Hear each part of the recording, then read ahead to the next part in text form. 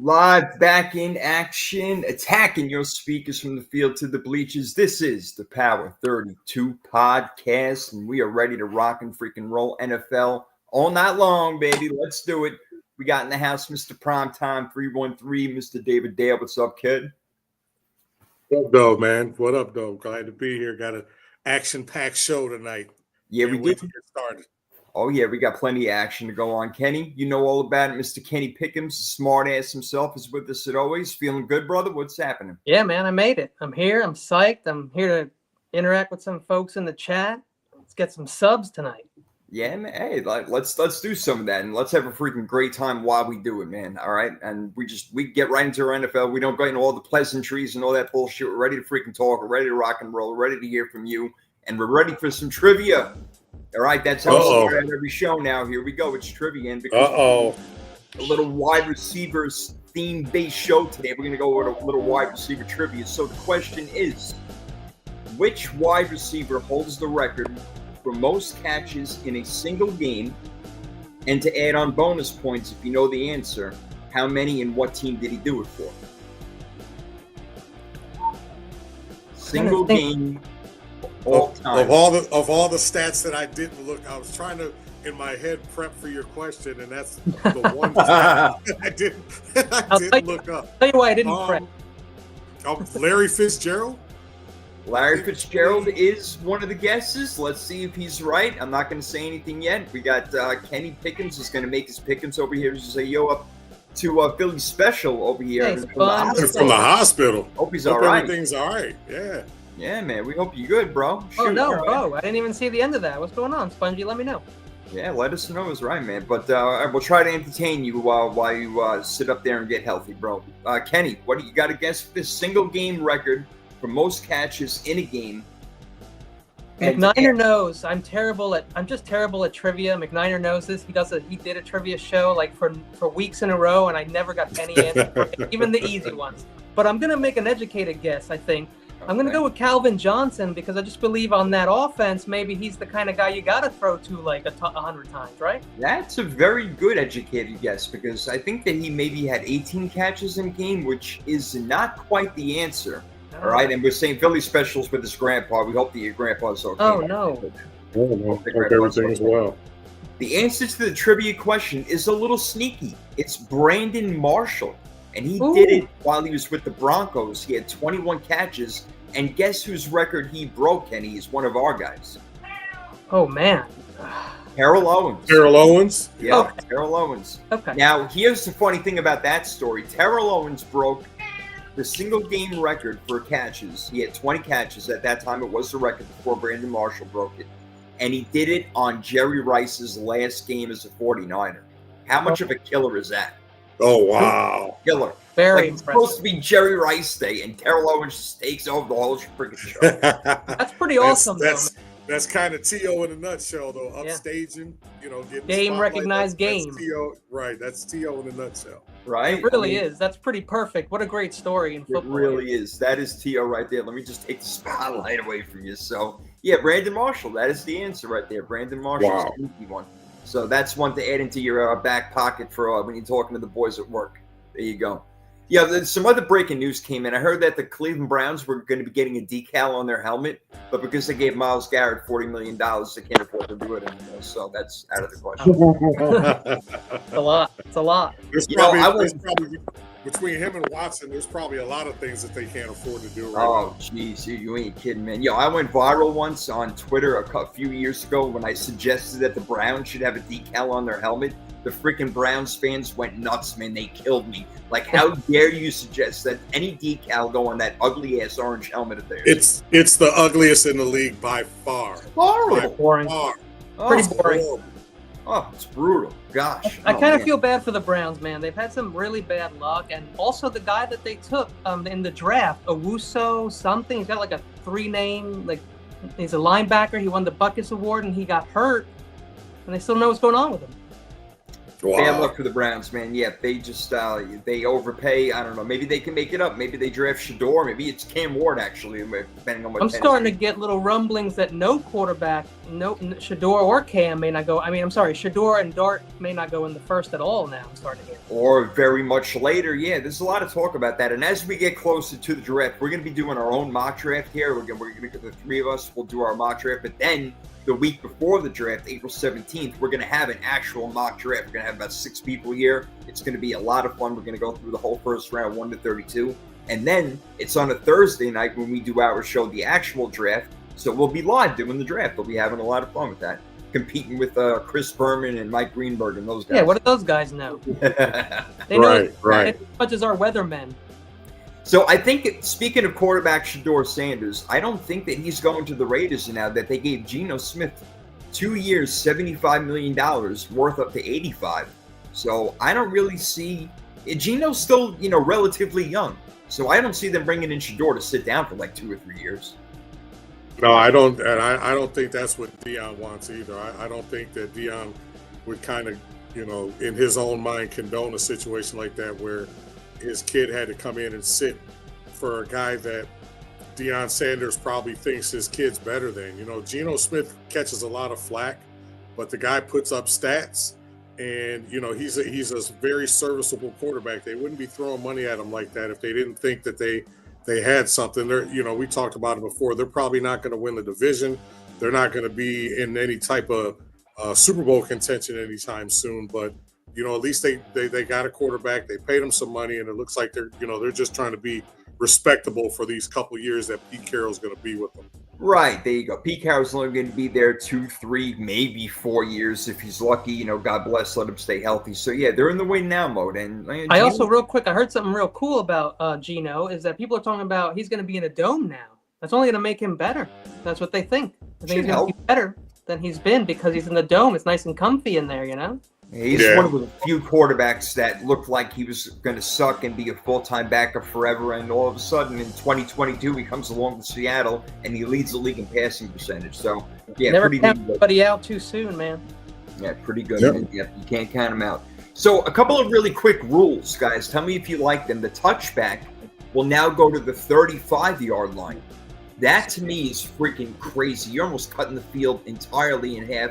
I like it better when a touchback goes to the 20-yard line, not even 25. Like, make them go the length of the field, for God's sake. Come on, man. Well, part of the reasoning behind that was so that it would incentivize the kickers to not kick the ball out of the end zone. Right. Okay. But I don't like the kick out of bounds going to the 40. I don't like the kickoff now going to the 35. Put it back. The 25-yard line, I'll meet you part of the way. 25-yard line, fine.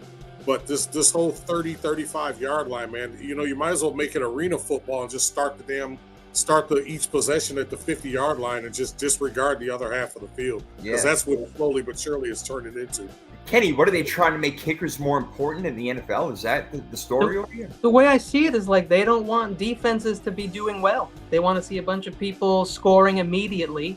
You get one first down, you get the ball at the 35, you get one first down, you're at midfield. That's ridiculous. Yeah. What does that do to a defense? A defense has its job on in this game as well, and you're going to keep taking it away from them. It ain't right. Tush push is another one. Okay, it's very easy. It's a rugby play. It's designed to get yards. It's the way it's not right. And you can't do it on defense when you're trying to block a punt or something. So that's total BS. But what I would do, it's so much easier for me to say, you want to penalize the kicker because he's kicking it out of bounds too much? Put the ball at the 20. If the kicker kicks it out of bounds, take it to the 25. Done. And that's how it was, right? It's unfair. It's too far. And that was fine. Prime, you wanted to say something because I wanted to allude to something that Kenny was saying. But if you want to go ahead, real quick. No, go ahead. Yeah, he mentioned the tush push, and that's something that they're holding off until May 20th, May 21st. I think that it's going to get whatever the word is. They're not going to allow it anymore. They're going to ban it from the league, which I find to be ridiculous in my opinion, guys. There's no data that suggests that gets players hurt more than anything else. I mean, to me, it's just as risky as a quarterback sneak. Do I like the play? Not so much, but you know what? It's still football. The rule allows you to push offensive players, and it may be a disadvantage to the defense. Maybe they should allow defensive players to push as well. But to me, just because one team or the Bills maybe is another team that's really great at it, you got to go ahead and try to figure it out and defeat it. So I don't like that they're trying to ban it. And my question to you in this whole thing is, would the Eagles have even won the Super Bowl if they didn't have the tush push? I don't, that's I don't know the percentages right off the top of my head, but I know that they converted on like an insane amount of first downs when it came to like 3rd and short and even 4th and short. That's probably one of the most certain plays that that you're going to run in the NFL. They do it very well, but you're right. It started picking up a lot of steam with the owners, in the meetings and stuff about, they try to ban it under the guise of safety. But like you say, there's really no data to prove that anybody's getting hurt anymore than it would, a goal line where you're pounding the running back into the goal line, into the line of scrimmage 3 straight downs. You've already taken away like the rush on the extra point attempts and field goals and stuff like that. So I don't like the play aesthetically. It just doesn't look good. But at the end of the day, it's not all about looks. It's about picking up first downs and winning games. Yeah, well, here's my quick question, okay? What were the stats for the QB sneak? If they're exactly the same as the tush push, then I'm all for it. But if the tush push is significantly better than a QB sneak, then it's not the same play, period, in my opinion. They have to have the same success rate then. If it's the same play, they have to have the same success rate. Do they? Well, it just happens to be that one team, or again, 2 teams, if you want to include the Bills, but Philly for sure has just perfected this, and they know how to do it. And you know what? Other teams, look, it's not like the Wildcat that teams used to run. It's not some gimmicky sort of thing. It's a play that they practice every single practice, and they get it right, and they know how to do it. So, look, it's ugly. I don't love it, but to me, it's unfair to take it out because one team has perfected it, and it can't be stopped. Spongy has special feelings about the tush push, being an Eagles fan and all. Yeah, well, yeah, Philly's special saying tush push should not be banned. No bias, or whatever, man. I agree with you, bro. I'm with you on that one. Hey, they'll figure it out, and we'll deal with it, whatever it is. You'll have to adapt. Last one, real quick. There's a bunch of. We're not going to go over everything. I do like the fact, Kenny, that in overtime, in the regular season now, they are allowing both teams to possess the ball. I think that's the right thing to do. Absolutely, I agree with you. Yeah, prime. I think they had to do it, and I think they should make it more of a 15-minute quarter, because in 10 minutes, you can probably run off a good 8 minutes or so and throw a team into a 2-minute offense. But still, I like the fact that they're doing it. Yeah, I thought we wanted more. Yeah, right. Yeah, I'm with you. I've said it before on social media and, just casual conversations, making it just a full quarter. But the problem I think you run into if you make it a full quarter is that you worry about maybe teams losing sight that it is an overtime period. And, maybe there's some, I don't think there's, they talk about safety again. The NFL is trying to be real big on safety. So if they make it a full 15-minute quarter, they may think more guys are going to get hurt. But that doesn't stop them from adding an 18th game to the season, which, I'm sure we'll talk about down the line somewhere. Right. But I'm all for the full quarter, but I'm also all for both teams at least getting a shot. So I guess I'll meet them halfway, and I'll be satisfied with that. And it's not like there's a ton of overtime games anyway. I mean, David nailed it. It has to be fair, and that's the only reason why I don't think continuously sticking it to the defense is fair. But they continue to do it, and then the defense can't attack the quarterback. You can't tackle a guy with this. You can't tackle a guy like this. You can't tackle a guy down here. You can't touch a guy here. You can't touch the kicker. F the kicker. There are millions of kickers out there. If that guy gets clobbered, he gets clobbered. This is the NFL. Enough of this crap. Yep. Man, I tell you, I remember when, all you had to do was get the ball first, get a few yards, kick a field goal, and game was over. How pathetic was that? All right, so they come a long way. Right. So it's a wide receiver themed show. So what I'm going to do right now is I'm going to name you guys a duo in the NFL wide receivers. I'm going to go down a list, and we're going to figure out who is the best wide receiver duo in the league. I'm going to start with Tyreek Hill and Jalen Waddle. They're going to go up against immediately maybe the toughest one out there, and let's find out, Jamar Chase and T. Higgins. Mr. Primetime, do you like the Dolphins receivers or the Bengals receivers better? The Bengal or Tyreek and Jalen Waddle, that first season they were together, it was like, oh man, you know, it's like, oh my God, these guys are going to break every record there is to break. And then they kind of fell off, you know, as Tua got injured. And I know Jalen Waddle had a couple of injuries here and there, but I don't think it's even close. I'd take T. Higgins and Jamar Chase all day long. Plus, you know, Waddle and Hill are little guys. I like big receivers. And, T. Higgins, 6'2", 6'3". Jamar Chase, I know he's not the biggest guy in the world, but just, from an athletic standpoint, if you're talking flat out just speed, you probably give it to Tyreek and Jalen Waddle. But I think consistency and you could your quarterback can make a little mistake here and there, and those guys, as far as where he puts the ball. And I think guys like Chase and T. Higgins are able to kind of make up for your lack of accuracy if you make a mistake as far as ball placement. All right, let's see if they hold up. I got a whole bunch of them. Kenny, what are your thoughts? Do you agree with Prime? I don't like T. Higgins as much as everybody else, but I also don't like Jalen Waddle as much as everybody else. Right. And I'm trying to take the quarterback out of it, right? Because the quarterback has a lot to do with it. I really love Tyreek, and I really love Jamar Chase. Yeah. The other guys, not so much. But I'm going to say a bit what's been proven so far, and even though Waddle and Tyreek had I feel like Chase and T are just disgusting together. I feel like they're fantastic. The Bengals knew it, and they couldn't let them get separated. All right, so right now Jamar Chase, T. Higgins in the lead. Are they better than DK Metcalf and George Pickens in prime time? I'm still taking Jamar and T. Higgins. All right. Just for, kind of similar situation. DK is a really good deep threat. George Pickens is as well, but I just the intangibles, the emotional intangibles is what I'd be worried about. Those guys just, maybe you end up fighting each other on the football field before it's all said and done. But No doubt. give me Higgins and Chase. Are you sticking with Higgins and Chase, Kenny?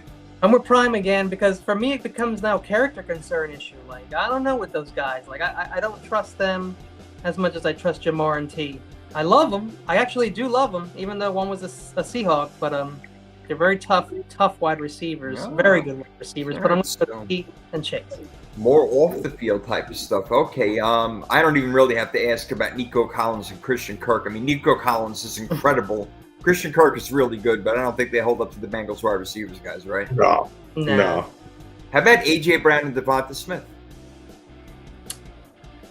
Well, I'll go Oof. first. I have specific bias that I really don't like Devonta Smith, so I'm out on them. But I Really? You don't like the Slim Reaper, huh? If you remember from fantasy, bro, that guy was driving me nuts. I couldn't start the guy like on, he's off. So he drove me nuts. And seeing him every day, because I was watching him every game last year, I just wasn't feeling it. At least not last year. I couldn't possibly pick them over. Maybe Spongy might, but I couldn't.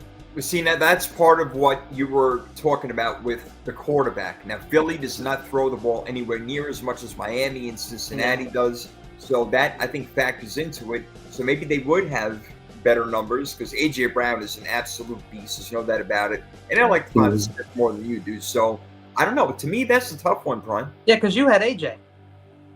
Yeah, A.J. was awesome, man. Yeah, I think individually, A.J. Brown could hold his own, amongst the four. But I think collectively, I still had to go with Chase and T. Higgins. And like Kenny said, I'm not a huge T. Higgins fan, but those two guys together, T. Higgins might go to another team and might, he might not be anything. But I think together, that's a very, very formidable duo. Okay, all right. Let's see if they beat out Justin Jefferson and Jordan Addison. Well, I told you we got some good ones out there. Prime first. He's the guy. Ooh, I love Justin Jefferson. Who don't? He's pretty big. I think the fact that Jordan Addison is probably thanking his lucky stars every single night that he gets to play, line up on the other side of the field with Justin Jefferson, who has like 9 guys guarding him, and Jordan Addison's over there one-on-one, maybe half-on-one, because there's just so much attention paid to Justin Jefferson. I'm going to go Jefferson and Addison just because I love Justin Jefferson so There much. you go. There you go. You see what I thought it might happen, Kenny, and Prime did it. He went with the Vikings receivers over the Bengals. And you know what, man? It is close, Kenny. What do you think? That's why I went with him first. I'm with you too. I'm with you on that. I really like Addison, and he stepped up. Justin Jefferson was not killing it in the first half of last year, but Addison was doing very well. And with Sam Darnold as his quarterback, and so you put those boys together, I'm feeling that. All right. And of the NFC, I just feel like it's a tougher, in my opinion, the NFC is just tougher defensively, I think. And so Exactly. Now, this next one is interesting. Prime, I'll let you go first on this one, especially because it's one of your teams, and that would be Amon-Ra St. Brown and Jameson Williams. Versus Jefferson and Addison? Yep, because that's who you got at the top now. No, I love St. Brown. JMO is still not as consistent as I would like him to be. He's good on the explosive. You give him an end around or you give him a deep ball. He can break away, with his speed, but I don't think he's consistent. I'd like to see him be a better route runner. Yeah. Catching balls underneath, kind of, in the mold of like a Cooper Kupp type receiver. On the go routes, he's probably one of the best in the league. But yeah, to me, it's probably not even close. I'd take Justin Jefferson and Addison over those two. Yeah, so would I. So would I, no doubt. And I think that the problem with Jameson Williams is that they don't use him enough. He's only targeted, I feel like, maybe 4 times a game, which is ridiculous for a guy that you drafted so high. So that's insane right there. A couple more real quick. You know what? One more that can possibly stand up to Justin Jefferson and Jordan Addison, or even Jamar Chase and T. Higgins. And that's a new combination we haven't seen yet, but it's got gold written all over it with Puka Nacua and Devontae Adams. Man. Danny? Like you said it. I mean, that's like if I get that under the tree during Christmas, I'm definitely going to move Jay Jettas and Addison aside. But we got to see it, like you said. And so right now I got to stick Jettas and Addison because I seen it. I done seen it. I done seen it. But I love that combination. I'm fearing it already. And I told the Niners, I called them. Nobody answered. Nobody called me back. But I left a message. I said, guys, you're going to have to deal with some serious wide receivers this year. You better lock down the cornerback room, the DB room, and rush those quarterbacks this year. We're going to be screwed. I'm telling you, you know what I would like almost like a bracket style. You know who was one of my favorite receiver combos, and it's not anything current, but it's not that far back. It was Fitzgerald and Anquan Bolden, man. Oh yeah. Oh, they were come on. And they had Kurt Warner throwing the ball. Kurt Warner throwing the ball, man. Come on. Kurt Warner is four of the best receivers in the history of the game between Torrey Holt, Isaac Bruce, Bolden, and Fitzgerald. I mean, how lucky was Kurt Warner? Or I won't say lucky. I'll say fortunate. That's a good word. It's a more intelligent word. Guys, it's absolutely. I mean, come on. But I love those two guys together. Yeah, it should be really interesting. Matthew Stafford, again, really good quarterback, can get the job done. So I can't wait to see what comes out of this. It's going to be really interesting. All right, let's move on real quick. Some of the college prospects before we get into our top 10 wide receivers of all time. I'm hearing, Tetairoa McMillan, Tet McMillan, we'll call him because that's what everybody else calls him. He seems to be the number one guy out of Arizona. And, looking at the draft order, I got it in front of me. The first team that could take a wide receiver, maybe the Raiders, but I'm hearing, Kenny, they're going with Ashton Genty. But do you think Tet's the first wide receiver off the board, and where do you like him? I actually don't. He's not my number one wide receiver. I have Matthew Golden in front of him and possibly Luther Burden, only because Tet isn't super fast. He's a big dude. He can run the ball. He's a physical guy. He will get open, even though he's not that fast. And you can throw the ball 7 feet in the air, and he's got it. And I think that's what people like. His durability. He's probably going to be a monster in this league. And I really love speed and route running, number one for me. Not that he's not a good route runner, but so I'm not taking Tet first. I heard Tet may fall to the Bills and be the second or third guy over. If he falls that far, wow. Yeah, that would be. I think that would be a disappointment for him. But to be able to play with Josh Allen, I think his disappointment would immediately be tempered. I like Matthew Golden too, but the problem I have with Matthew Golden is he's a little dude. Yeah. You know, He's he's a not, slot the receiver. biggest guy. He's not the biggest guy in the world, but I think a guy like that with that speed, and Jay, you and I talked about this on Spaces. A guy like that in the slot with that speed, I mean, he could draw 2-3 guys. Just you're playing all three levels with him. You know, you start off maybe dropping a DN and like a man zone type thing. Then you got a linebacker that's got to worry about him in the intermediate there, and then deep, with a corner or safety. He's a guy that could end up being a really, really nightmare, a real nightmare for defensive coordinators to have to plan for a guy with that kind of speed. Yeah, and I think that he has to go to a team that already does have outside help, because you're talking about a slot receiver. So, you got to take the eyes off the guys on the X and the Z receivers. So, so CeeDee Lamb, Ted McMillan would be nice, right? Yeah. Do you see him as a first rounder though, Jake? I think there's a good chance he goes in the first round, because people are loving wide receivers, and it's been proven that smaller wide receivers can do a really good job in this league. So if he does go and he goes late, I don't see him getting past the Commanders. I think that they would love to have him. They've already got Debo and Terry McLaurin on the outside. Adding that slot guy right there would be gold for them. Man. Also, real quick, there's a monkey see, monkey do aspect in the draft, right? So somebody's gonna see a wide receiver go, and they're gonna like, oh shit, there's gonna be a run on wide receivers. Then the next team wide receiver. The other one's like, oh shit, 2 of our 4 guys are off the board. If we don't get our wide receiver, and so it becomes like that. And so I still love Luther Burden. For me, might be number 1. I'm thinking Golden and Burden. I love all the things that Burden does. That's what it is. Is Burden for the guy from Missouri? Yeah, from Missouri. Yeah, and he didn't have the best quarterback in Brady Cook. He wasn't the most accurate guy, and he was hauling in passes all the time. It's all him. Yeah, and I like Emeka Egbuka also out of Ohio State. He's another, he's like 6'1", 6'2", a little over 200 pounds. They have him maybe the 3rd or the 4th ranked wide receiver coming out of this thing, but he's probably a first rounder also. I think your first round wide receivers are like Ted McMillan, Luther Burden III, Matthew Golden, Emeka Egbuka, and maybe the Bills go grab a Jaden Higgins or something like that. But that'd be nice. But don't forget Travis Hunter, even though I know he's. Oh yeah, see, I'm considering him a cornerback. I don't so much more value. I agree. I think he shined a lot at Colorado because, and I think that may have hindered Shedeur a little bit because Shedeur was always looking for him. Wouldn't you? I mean, yeah, but to me, statistically, and I try not to be exclusively a stat guy, but I didn't see a whole lot of numbers. I saw big plays and I saw flashes here and there, but to me, he'd be better off just going on the other side of the football and, being a potential, maybe the second coming of a Sauce Gardner or something like that, and just be a lockdown corner.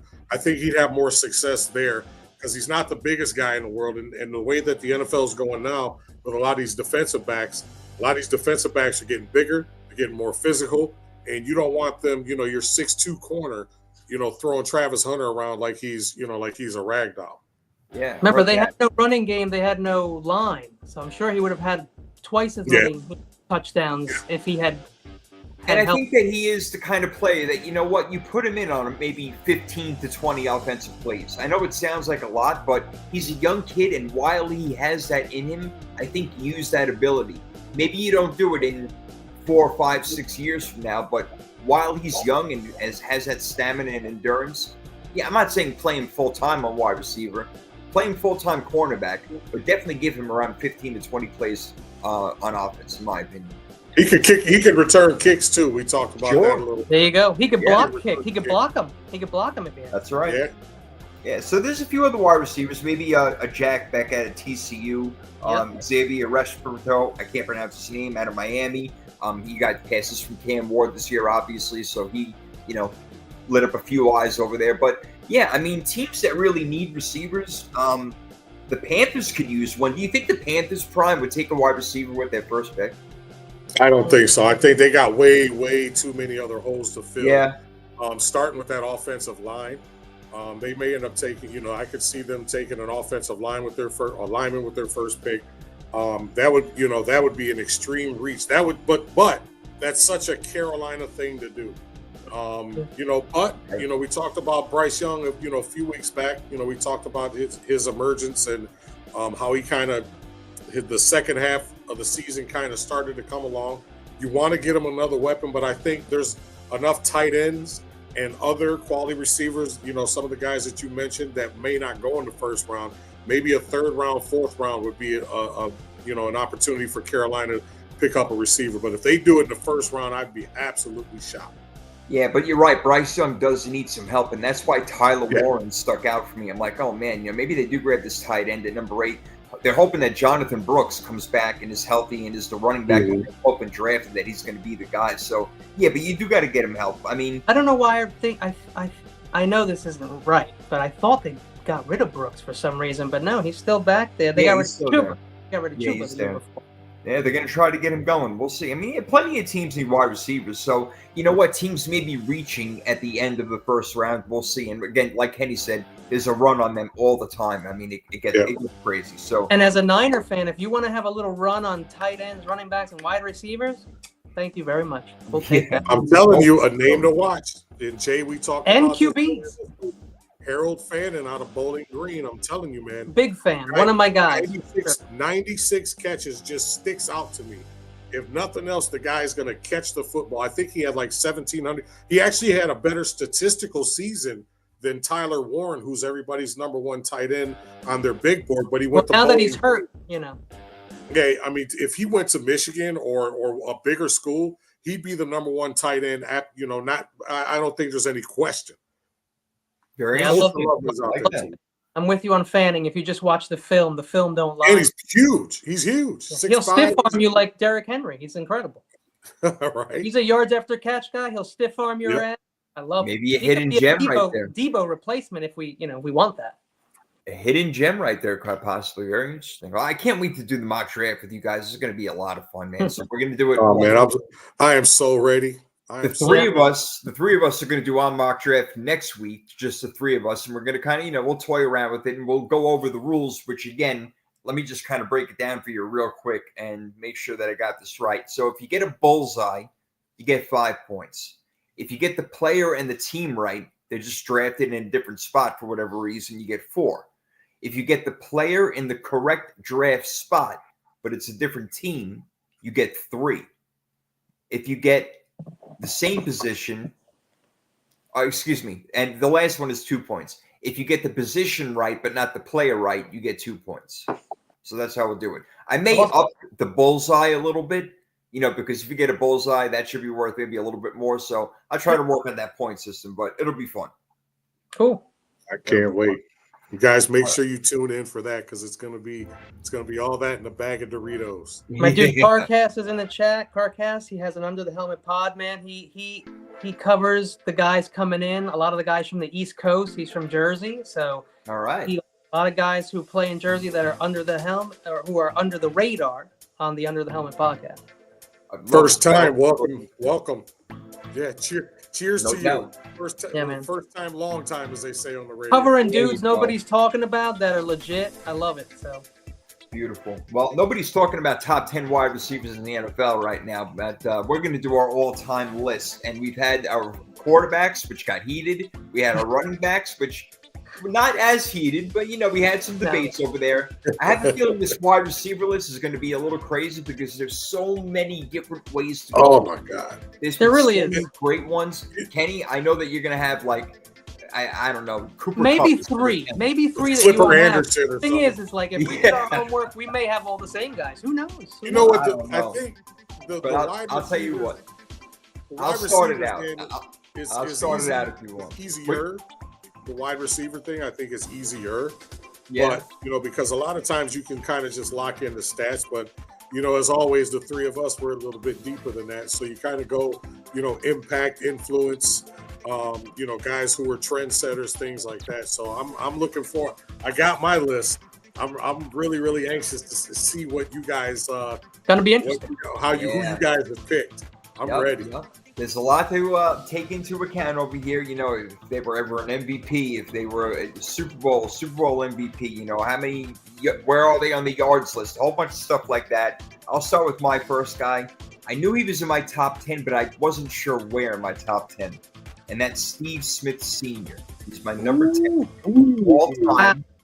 8th in receiving yards all time. 5-time Pro Bowler, 2-time All-Pro in an age when wide receivers were running crazy. He actually won the Triple Crown in 2005, 103 catches, 1,563 yards, and 12 touchdowns. Steve Smith did it for a long time. He was really hard to guard, especially one-on-one. You kind of had to zone him up. He was not easy, and he can run every route on the tree. He can go deep. He can take a slant. He was tough as hell. He would block. He did everything you wanted, and He's that's still why tough. he's the famous. Yeah, he's actually still He's is. still Yeah. tough. You're damn right. I wouldn't mess with him. So He's playing Steve for Smith Sr. is Carolina. my number 10 wide receiver of all time, guys. That's what I'm going. Nice one. That's shocker number one. Go, There you Prime. go. You're up next, Prime. Yeah, Steve Smith, I can't really argue with that. I mean, he's not here, just for full disclosure, he's not in my top 10 list. Mine either. It was hard to keep him out. Shame on you. Shame on you. My number 10 guy is the guy who, when he retired, he was the NFL's all-time leading receiver. And again, this kind of goes back to guys that were influential and guys that kind of set the tone, and that's Steve Largent for the Seattle Seahawks. All right. I wondered if he was going to make an appearance somewhere. Oh yeah. He when he retired, he was the Got all-time leading receiver in the NFL. Played on a very mediocre at best Seattle Seahawks team. I think Jim Zorn was the quarterback for the majority of his career. Yeah, I know he played with Kurt Warner. John Kitna. He had a little bit. Oh my God, a little bit. And David I Craig. think he had a little bit of Ricky Dave Craig. Waters. David I Craig. think it was Dave Craig and Jim Zorn. I think Kitna came along a little bit later. Yeah. But when he retired, he had all the records. Like you say, tough as hell, smart. That's what when you think of Steve Largent, one of the first things you think of is that he is the ultimate smartest guy in the room.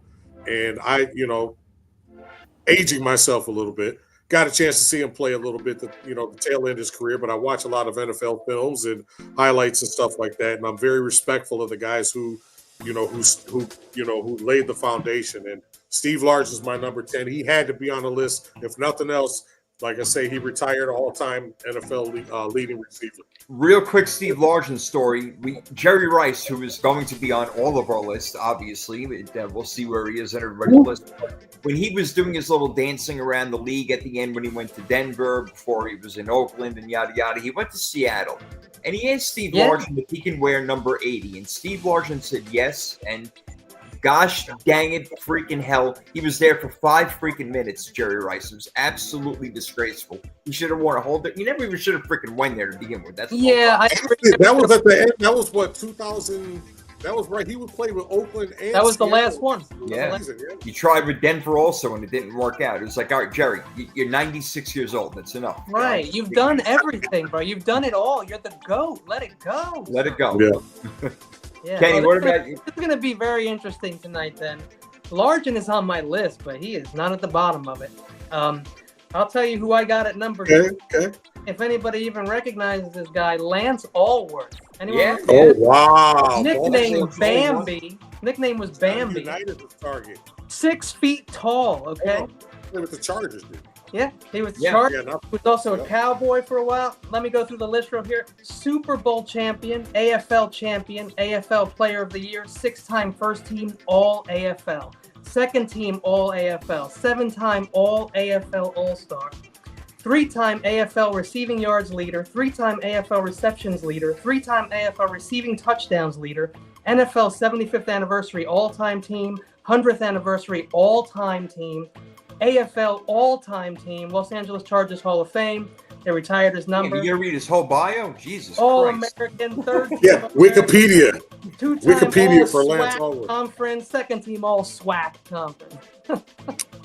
For all the bashing of the AFL that you do, all those AFL awards are all of a sudden really big.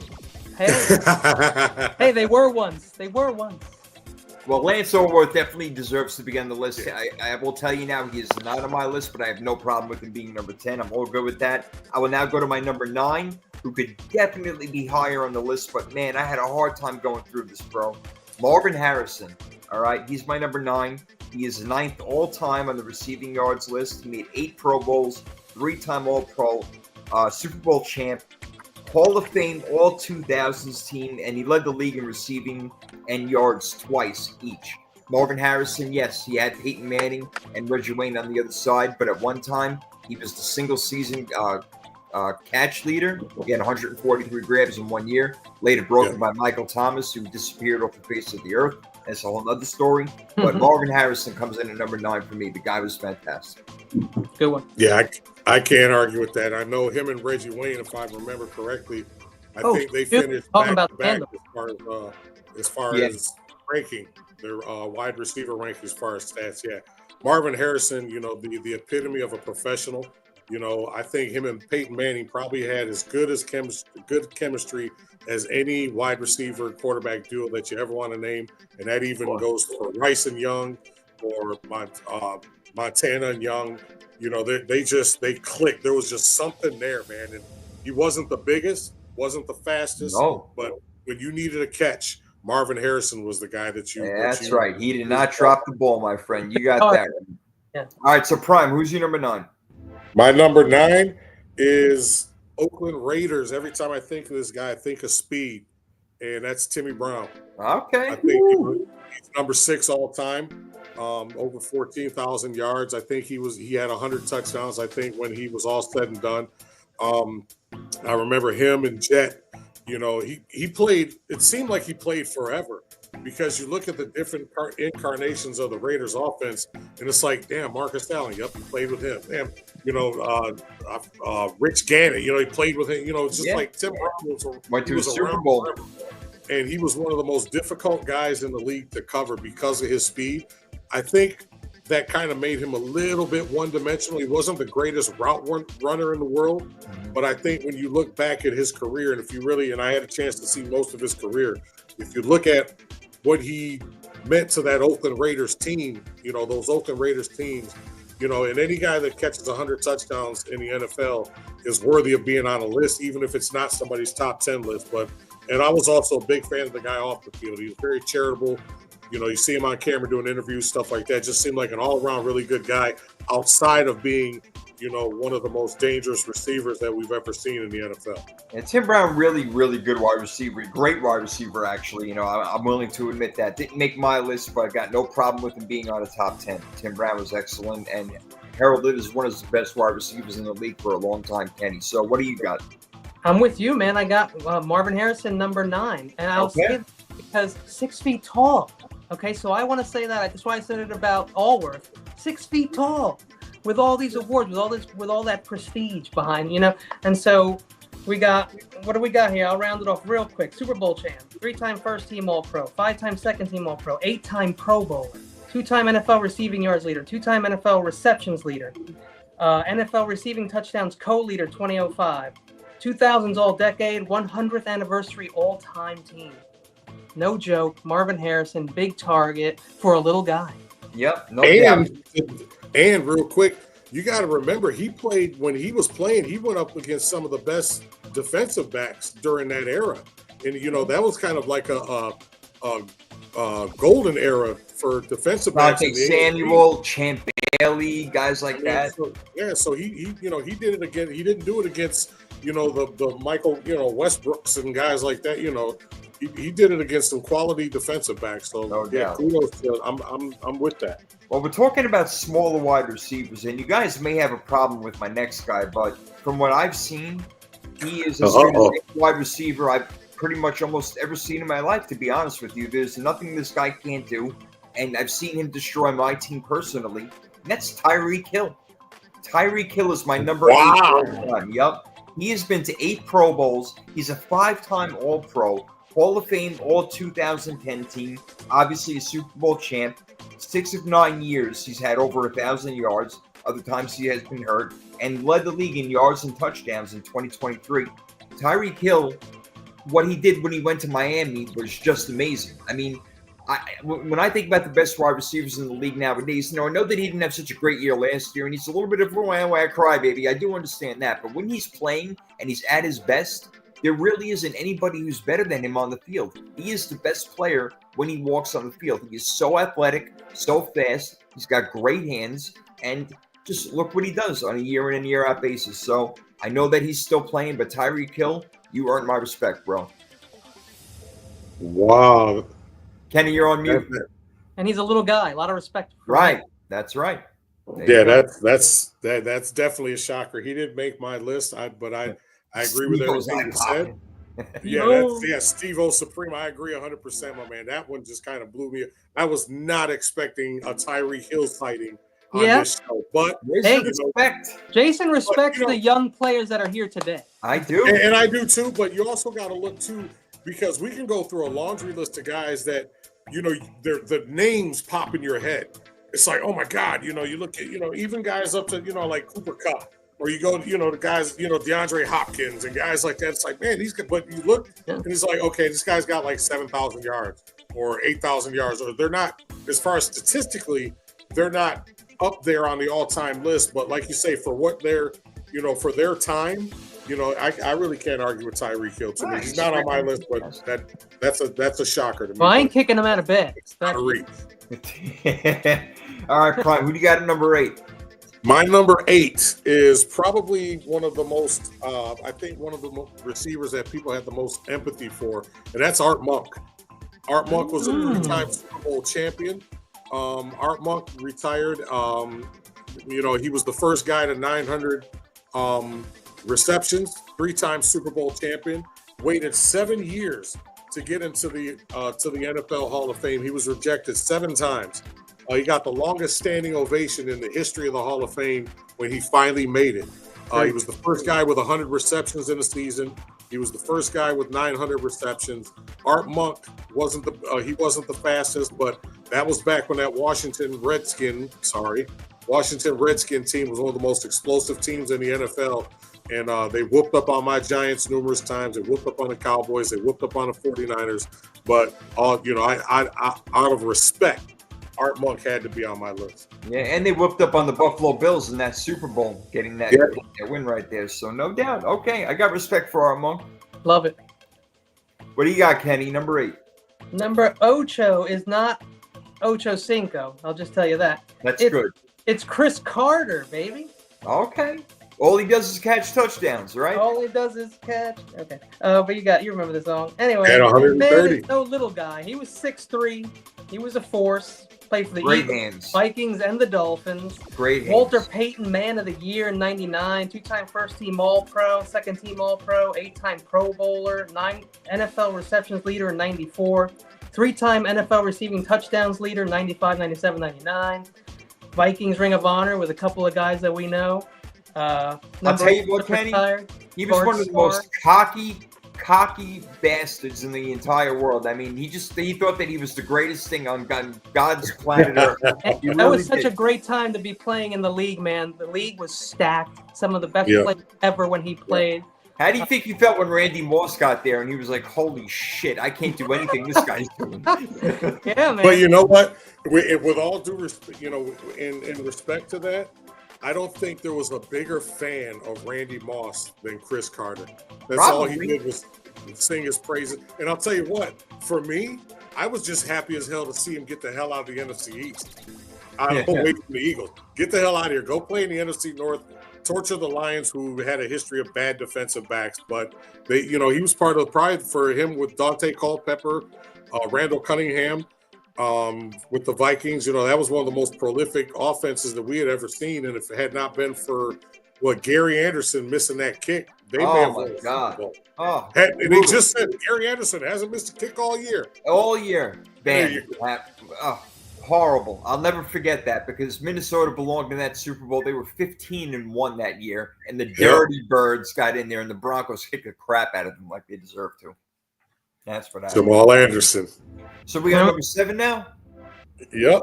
Yep. All right, my number 7. I don't think you guys have him on the list, but I have a lot more respect for him than a lot of other people do. He is a Hall of Famer. He's a 3-time Super Bowl champion, an All-Pro, of course, Hall of Fame All-1990s team, and he's had 7 years at over 1,000 yards in a shortened career due to injury. Michael Irvin. Michael Irvin is my number 7 overall. He's the playmaker. You get a nickname like that, that's pretty damn good. And again, all the accolades that he did have, and then he gets hurt in Philly, his career ends. And of course, the Philly fans, as classy as they are, they're freaking cheering it on. The fact that this guy's going to have to get carried out on the stretcher.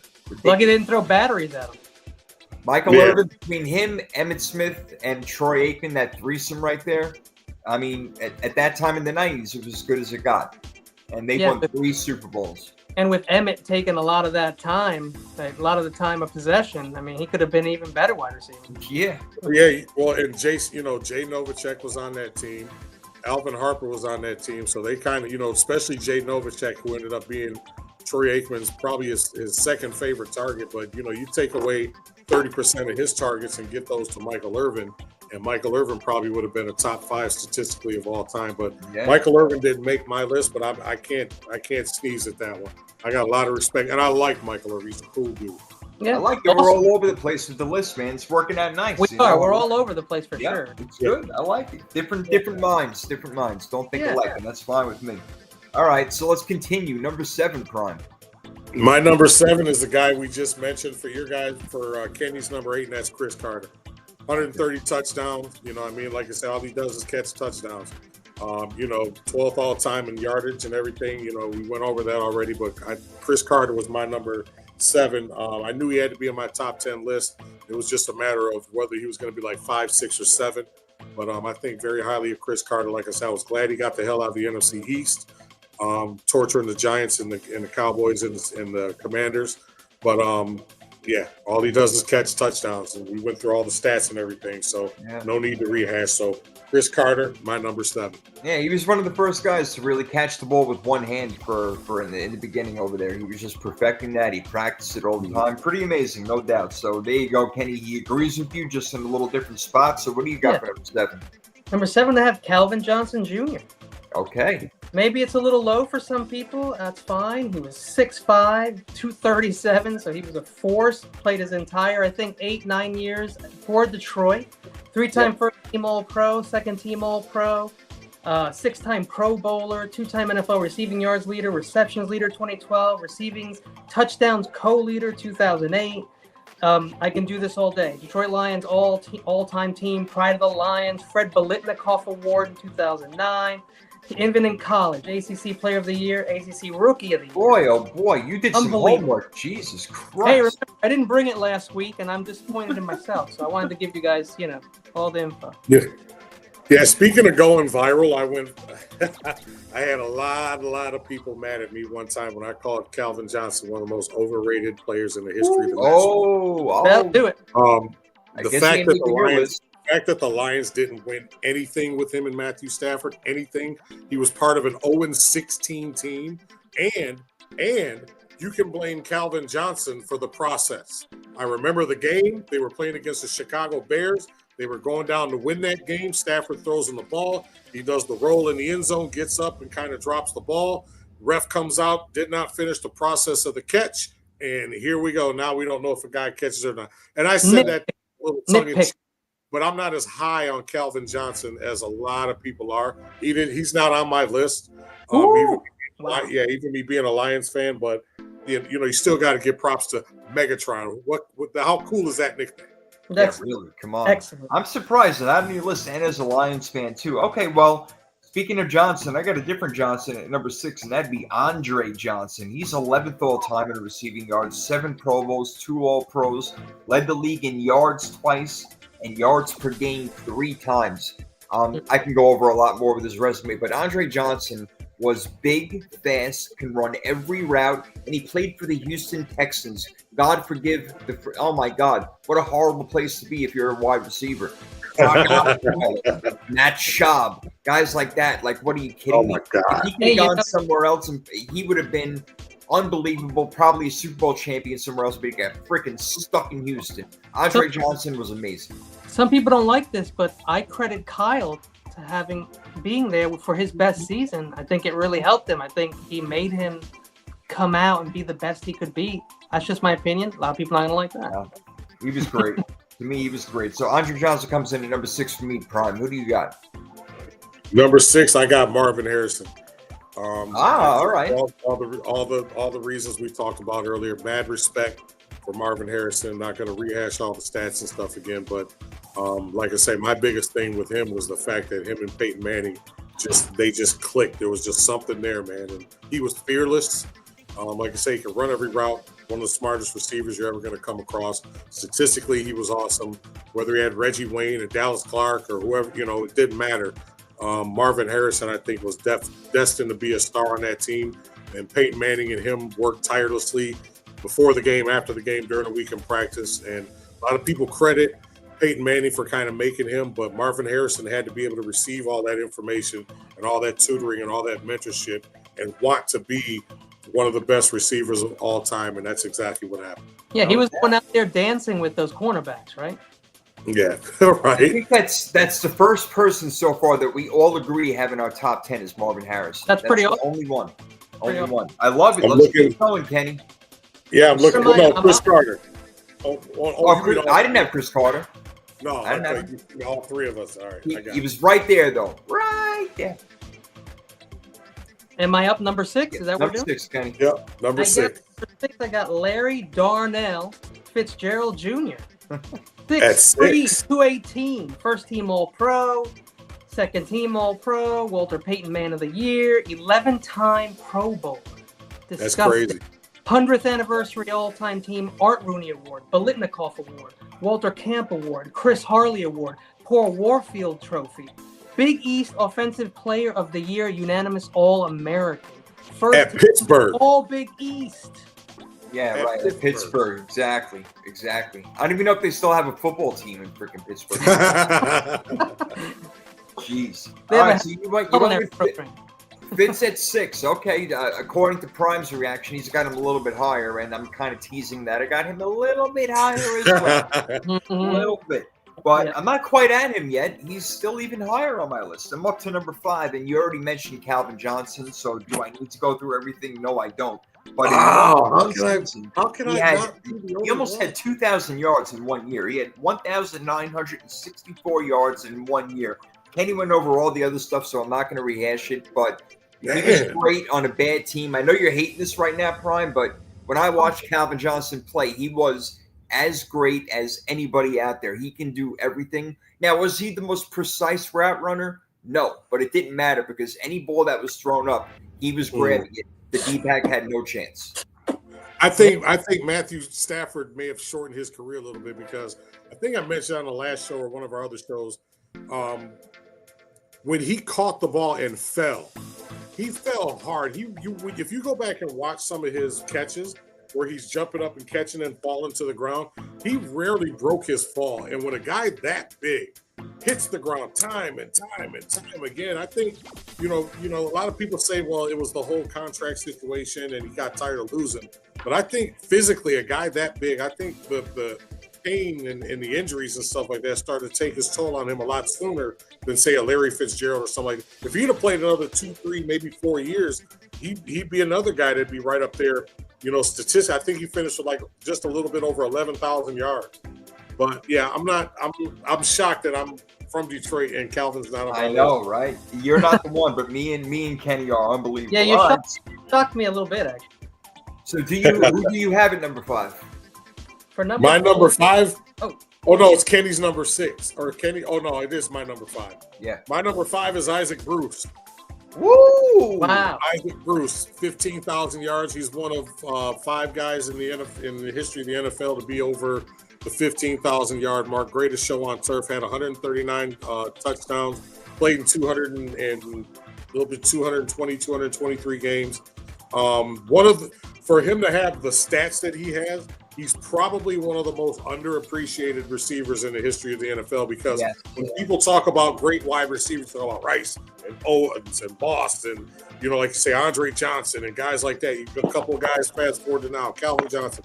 But Isaac Bruce, to me, and I watched him play his entire career, Isaac Bruce was a bad man, as the kids say. Could run all the routes, was fast, was smart, was tough, and when you needed a first down, when you needed a touchdown, he was that guy. He like I say, he caught 130 plus touchdowns in his career, man. He averaged like 14, 15 yards a reception. He was the ultimate big play receiver. I love me some Isaac Bruce. Yeah, I hear you making your case for him right now. I understand, and I don't have a problem with him being in the top 10. I do have a problem with you having him that high. I think 5 is a little high. That is top But 5. then again, he is great, and I think that the one thing that you said that out of all of it, you said a lot of great things to back up his case. He is maybe the most underrated wide receiver of all time. You're right. People don't really put him in those categories with the guys that we're talking about right now, but he belongs there. Just a matter of where he is a different story. But him and Chris Carter and Lance Allworth, I mean, these are guys that just missed my top 10, just right there. But I'm cool with it. I'm just a little surprised at number 5. What do you got, Ken? Okay, for number 5, look, I went all time, so I went all time. This is Donald Montgomery Hudson. Oh, boy. Oh, wow. The Alabama. We had the band. Can't wait to hear the bio on this guy. Yeah, okay. Listen, we're gonna need to take an intermission when I start reading this guy's. I'm already taking a nap. The Alabama Antelope, though. I love the Bambi was a good one. The Alabama Antelope for Don Hudson. These Green Bay nicknames Packers. back in like the 60s are absolutely awful. Like the The Galloping Ghost. Yeah. He played like 10 or 11 years. He played almost everywhere on the field, which is also what's amazing. He was a 3-time NFL champion. He was the most valuable player 2 times. He was an 8-time first-team All-Pro, 4-time Pro Bowler. He was a receptions leader, a receiving yards leader, a receiving touchdowns leader, the NFL scoring leader, interceptions co-leader. Did you hear what I said? Interceptions co-leader for interceptions, a wide receiver. In the 30s, he was all-decade, and the 50th anniversary all-time, 75th anniversary for NFL all-time team, 100th anniversary for the NFL all-time team. Green Bay Packers retired his number. When you see it up there, it's number 14. Now you know who he is. Consensus All-American in college. SEC, the greatest conference in the world. He had nothing to prove to anybody. He was incredible. It matters more. Just missed 100 receiving touchdowns at 99. I love it. Don Hudson, he played against like 5 other teams that were in the NFL. I was just gonna. I'm glad you said that, and I didn't have to because I was like, "What?" There was like 3 other teams back then that threw the football. Yeah, but people didn't even know what football was then. I mean, only like 3 They were teams supposed actually to threw the ball forward. People were just learning about football on the farm. They're like, "Mama, I want to be a football player when I grow up." Mama don't like the foosball. Mama don't let me play. No football. Mama say it's the devil. It's the devil. That's awesome. That's a good tribute to one of the OGs, though. I like that. There you go. Oh, jeez. All right. Gotta love it. All right. So my number 4 has already been mentioned. Larry Fitzgerald comes in at number 4. He is second on the all-time receiving list. Kenny went through a whole bunch of stuff already, so I'm not going to do it. But Larry Fitzgerald is what you create in a lab as a wide receiver. That's what comes out. He had the height, he had the speed, he had the hands, he can run every single route. He was an ultimate total team player. He could have left freaking Arizona a million times, but he didn't. Stuck it out. He wanted to win there. And you know what he almost did because he had that catch from Kurt Warner against the Steelers in the Super Bowl. He went down, scored that touchdown. And then, you know what? God bless Ben Roethlisberger and Santonio Holmes. What they did on that last drive was incredible. Made for a really great Super Bowl. The James Harrison play was maybe the best play in Super Bowl history. Unbelievable. That was the turning point of the Super Bowl. It was because they were going in Arizona. They were right there. And then James Harrison, boom, takes it all. How do you not catch him? How do you not? I can't believe that they did not catch him. He was stumbling the last 20 yards. Don't know how to- He sucked all the air out of the stadium. He was moving. It was hilarious. He was eating oxygen. They put it like in a bowl for him. He was just engulfing it. Right, solidified it. And he was eating it with a spoon. Oh my God. Larry Fitz, number 4 for me, guys. What do you got, Prime? That's exactly who I got at my number. All right. Larry Fitz. Nice. I'll give you some fits, like you say. You go in the lab, build wide receiver. And there he is, man. For everything you just said.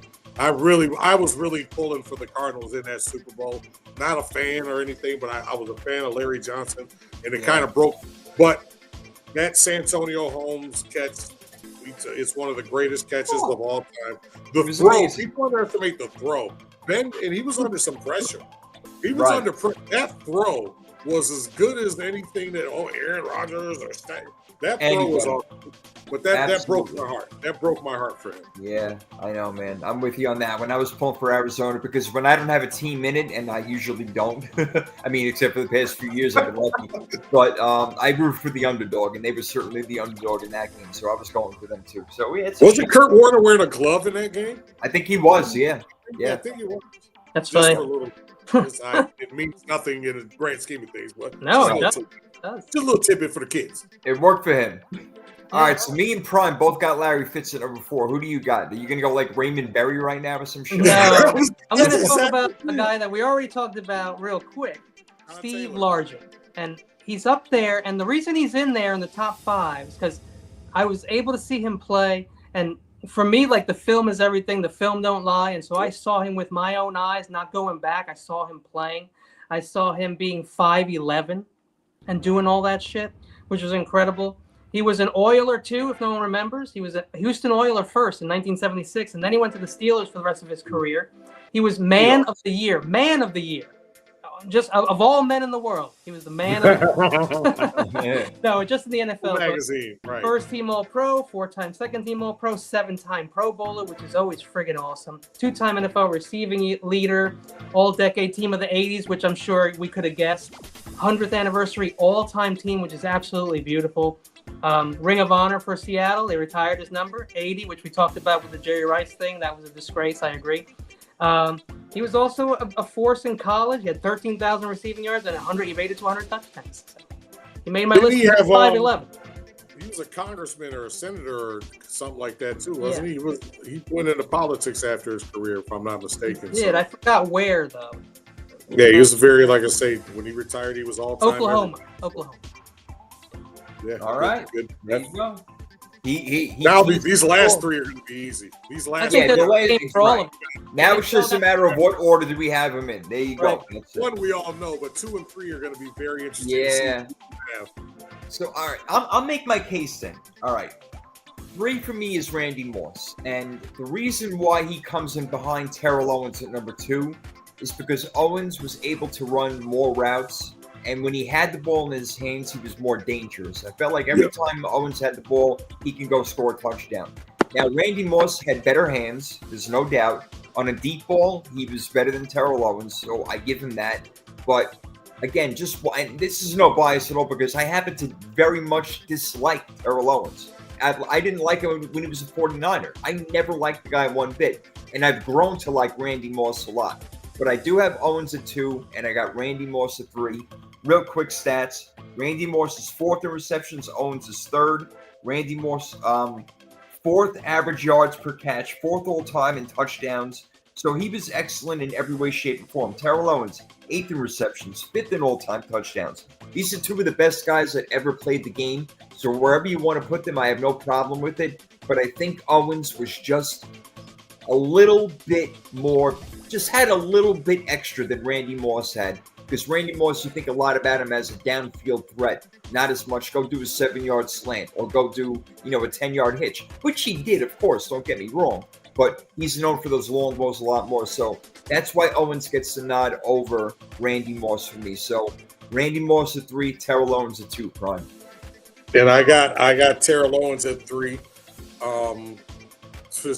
Terrell, I mean, statistically, a lot of people don't realize how high on the list he is, I think. You talk about Terrell Owens, you talk about him doing sit-ups in his driveway, standing on the star, all that type of stuff.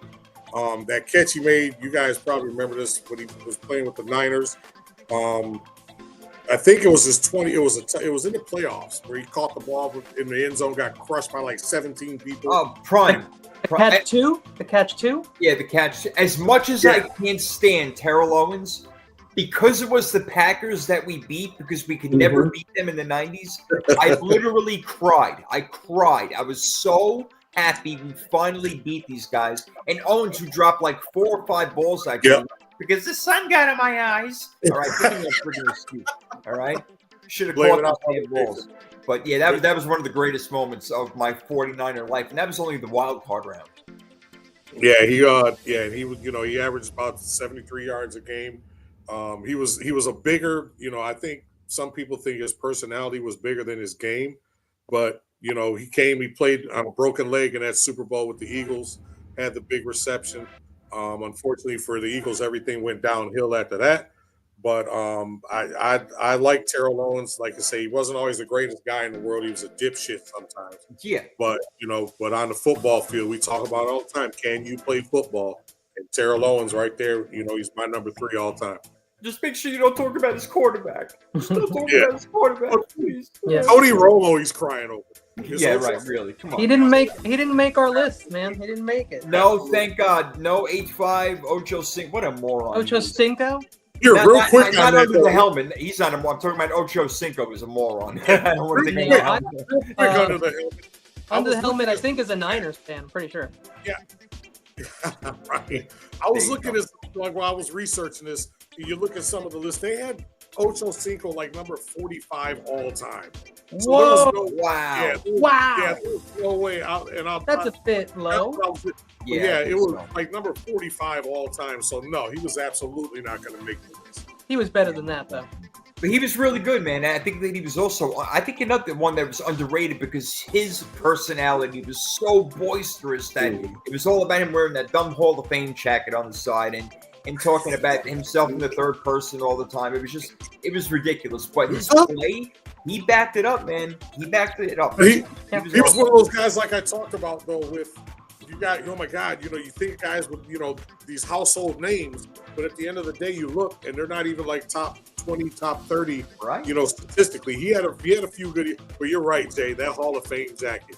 He was entertaining if nothing else. Give me a freaking break. Well, Kenny, all right, so me and Prime disagree. I got Moss at 3 and Terrell Owens at 2. He's got Terrell Owens at 3 and Moss at 2. We all know who our number 1 is. But Kenny, with anticipation now, I'm eager to hear what you got. I didn't like Terrell Owens either. I have him 3rd, and I have Randy Moss number 2, sir. Okay. Much as I love El Dorado Owens and his 153 touchdowns, which are very impressive, and his middle name is probably the coolest middle name I've ever heard, he still had to be number 3 for me. Randy Moss, even though it was only a Niner for a short time, again, the eye test for me, I got to watch him, so I saw it with my own eyes live, and so I believe it. He was elite, man. He's elite as far as wide receivers go, in my opinion. He was a big dude. I'll read some stuff real quick. Offensive Rookie of the Year, Comeback Player of the Year, 4-time First-Team All-Pro, 6-time Pro Bowler, 2000s All-Decade, 100th Anniversary All-Time Team.